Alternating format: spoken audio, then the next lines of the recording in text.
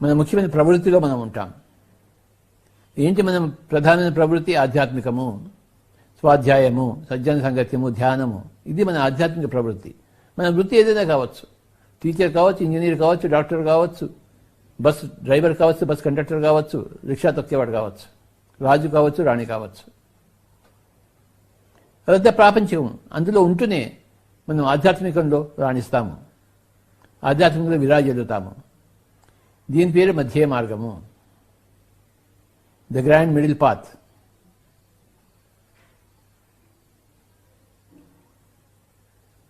మనం ఇంట్లో ఉంటూనే గురుకులంలో ఉన్నట్టు లెక్క. ఎవరయ్యా గురువు అంటే శ్వాసే మన గురువు. మన గురువు ఎవరో గడ్డంగాడు కాదు, ఎక్కడో ఆశ్రమవాసి కాదు, మన ఒంట్లోనే మన గురువు ఉన్నాడు. ఆ గురుకులంలో మనం చేరుతున్నాం.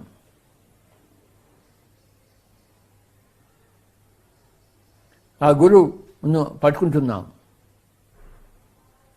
ఆ గురువుతో, శ్వాస అనే గురువుతో మనం అనుసంధానం అవుతున్నాం.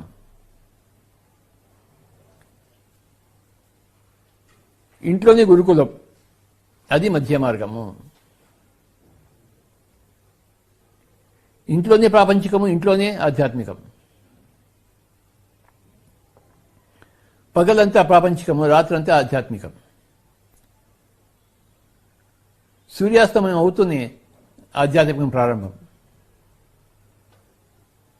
మళ్ళీ సూర్యోదయం అవుతూనే ప్రాపంచికం ప్రారంభం.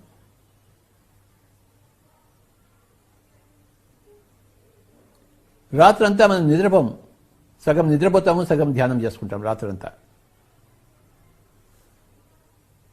రాత్రంతా నిద్రపోము, సగం నిద్రపోతాము, సగం స్వాధ్యాయం చేస్తాం.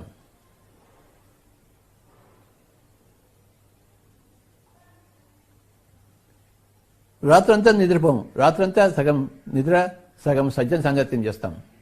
అందరితో జూమ్లో మాట్లాడుతుంటాం, అందరి అనుభవాలు వింటుంటాం.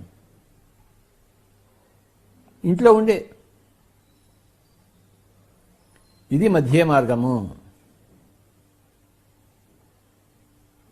The middle path, the golden middle path.